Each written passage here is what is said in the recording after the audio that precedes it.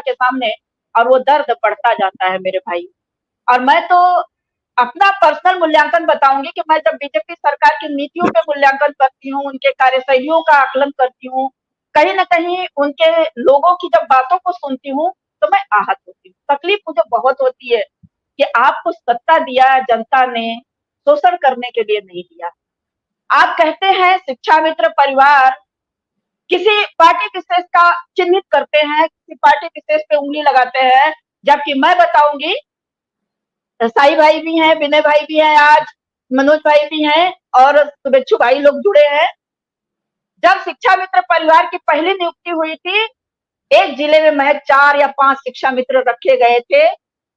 उसकी नियुक्ति के समय से मेरी पहली पोस्टिंग बनारस थी। आज करंट में मैं वर्तमान में कानपुर नगर में हूँ।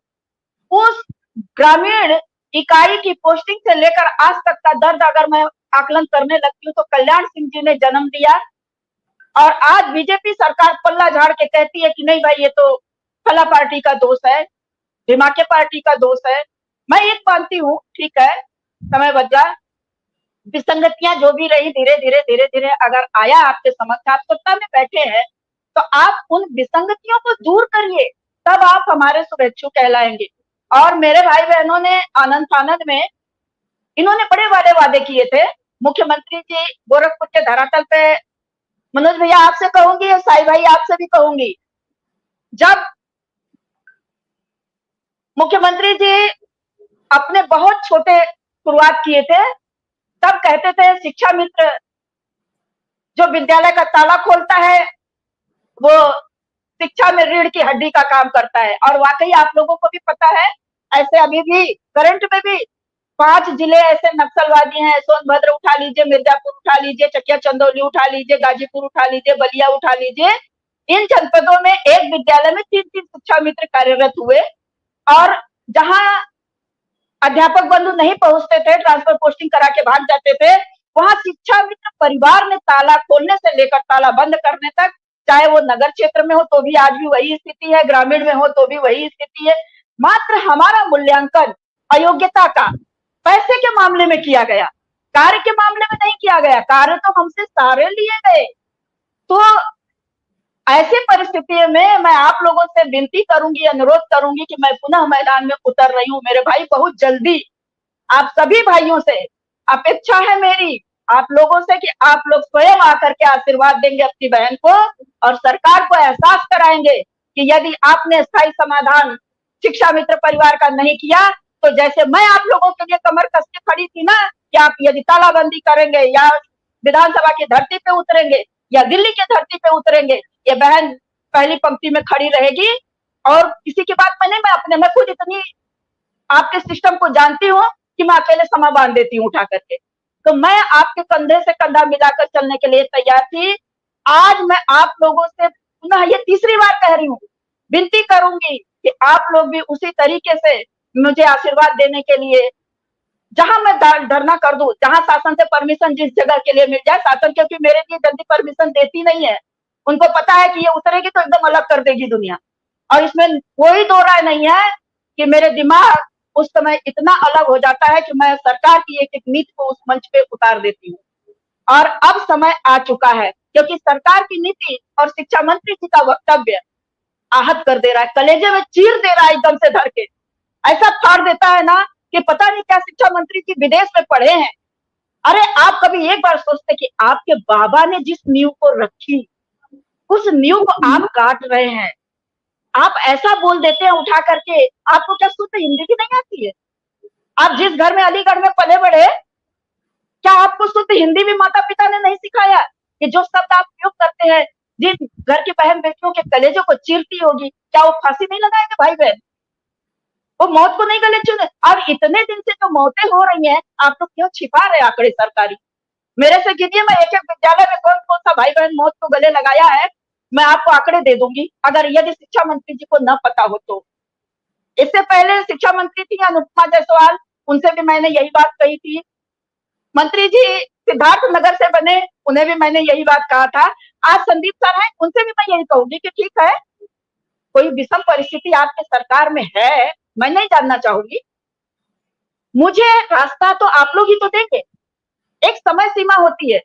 जब मैं इको गार्डन में लड़ रही थी, आपने हाई पावर कमेटी बना के उप मुख्यमंत्री डॉक्टर दिनेश शर्मा की अध्यक्षता में उसको ठंडे बस्ते में डाल दिया। 2017, 18, 19, 20, 21, 22, 23, आज 24 चल रहा है। 24 तक क्या बीजेपी सरकार में बैठे शुभेच्छुओं को समय नहीं मिला कि उस कमेटी का रिजल्ट बाहर करें?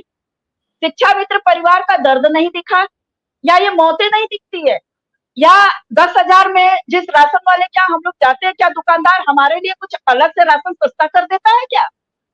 या कपड़े वाला जो है वो हमारे लिए सस्ते कपड़े दे देता है? या आपने कुछ ऐसे सब्जी वालों को भेज दे रखा है हम लोगों के लिए कि शिक्षा मित्र की मंडी अलग लगा देना, उस सस्ते दे देना? अरे उसी 10,000 में आप हमको देते हैं, उसी में दवा है, शिक्षा है, बच्चों की माता पिता का इलाज है, हमारा स्वयं का इलाज है, आने जाने का खर्चा है, साथ ही बहुत सारी ऐसी आ जाती है परिस्थितियां जो 10,000 में भरण पोषण नहीं हो पाता है।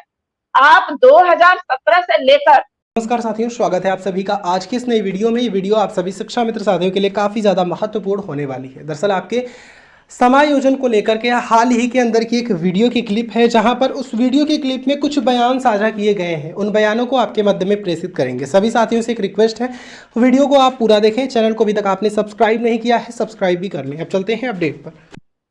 आज तक बड़े धड़ल्ले से कहते हैं कि हमने इनको 3500 से 10,000 कर दिया। अरे महोदय, एक बार यदि आप पिछले बार का अपना आंकड़ा देखते कि 3500 से 10,000 अखिलेश सरकार ने उन शिक्षा मित्र भाई बहनों को दिया था जो शिक्षा मित्र थे, समायोजित नहीं हुए थे। तो आपने कोर्ट के आदेश के बाद जो सहायक अध्यापक थे उनको रिवर्स करते हुए क्या बढ़ाया? फिर तो आपने बढ़ाया कहां? आप तो खाली वही ढोलक बजा दिए आगे जाकर के कि शिक्षा मित्र का हमने 3500 से 10,000 का जियो तो सपा सरकार ही करके गई थी, वही दे रही थी। आपने क्या दिया? ठीक कह रही हैं आप बिल्कुल ठीक कह रही हैं। और मैं साथ ही ये सवाल भी करूंगा कि अनुदेशकों का 6 अगस्त को धरना है, तो क्या रहेगा आपका? आपसे एक छोटा सा कमेंट। मैं बिल्कुल समर्थन करूंगी। विक्रम भाई होंगे तो विक्रम भाई मुझे आवाज देंगे, मैं उनके लिए धरातल पे खड़ी रहूंगी मेरे भाई, क्योंकि 4 को मैं आगरा रहूंगी, लौटूंगी। यदि विक्रम भाई आवाज देंगे कि हाँ मुझे बहन की आवश्यकता है, मैं उनके कंधा से कंधा मिलाने के लिए तैयार रहूंगी। मैं पहुंचूंगी लखनऊ की धरती पे, आवाज बुलंद करूंगी। वो जो मेरे से अपेक्षा रखते होंगे मैं उनके लिए खड़ी रहूंगी। और अपने अध्यापक बंधु भाइयों से फिर से गुजारिश करूंगी कि आप लोग आशीर्वाद इस बहन को दीजिए। मैं धरातल पे बहुत जल्दी उतरने वाली हूँ, क्योंकि सरकार की अनदेखा इतना चुभ रही है, इतनी चुभ रही है कि समझिए बस एक मौत नहीं हो रही है, बस इतनी चुभ रही है अंदर। चलिए विक्रम सिंह 6 अगस्त का धरना है। आप विनय सिंह जी से भी बात कर चुके हैं, मनोज राय जी से भी, और भाई जी से भी, डॉक्टर अजय शुक्ला है उनसे भी, और आज अभी उमा देवी भी कह रही है। साथ में आपने शिक्षा मित्रों के अन्य संगठनों से भी बात की, अन्य और जो संगठन है संयुक्त कर्मचारी परिषद के, आप उनसे भी बात कर रहे हैं। क्या करने जा रहे हैं 6 अगस्त को, क्या तैयारी है? हालांकि विधानसभा से लोकसभा तक शिक्षा मित्र अनुदेशक गूंज रहा है। जी सर, आपका बहुत बहुत आभार, और पैनल में जुड़े हुए सभी अग्रजों को और बड़ी बहन उमा जी को भी सादर प्रणाम। सर, 6 अगस्त विश्व के इतिहास में हिरोशिमा दिवस के रूप में जाना जाता है। तो क्या हिरोशिमा पहली बार क्या करोगे बता देना, हम उसी हिसाब से रहें, उतनी दूरी बना के। 6 अगस्त को सर विश्व के इतिहास में हिरोशिमा दिवस के रूप में मनाया जाता है, और पहली बार 6 अगस्त 1945 को हिरोशिमा पर परमाणु बम का अटैक हुआ था। और इस सरकार के द्वारा, जो उत्तर प्रदेश की सरकार है या भारत की सरकार है, मैं दोनों को एक ही मानता हूं, और ये भारतीय जनता पार्टी की सरकार है। सही कह रही थी बड़ी बहन उमा देवी जी ने कि इस सरकार के द्वारा लगातार उत्तर प्रदेश के अनुदेशकों पर और शिक्षा मित्रों पर परमाणु बम गिराए जा रहे हैं। हालांकि हम लोग अपने आप को इतना मजबूत हैं कि इनके परमाणु बम का उतना असर नहीं हो पाता है, नहीं तो बर्बादी करने के लिए इन्होंने कोई कसर नहीं छोड़ी है। उत्तर प्रदेश के अनुदेशकों को और शिक्षा मित्रों को बर्बाद करने में इस सरकार ने कोई कसर नहीं छोड़ी है। आप देख रहे होंगे लगातार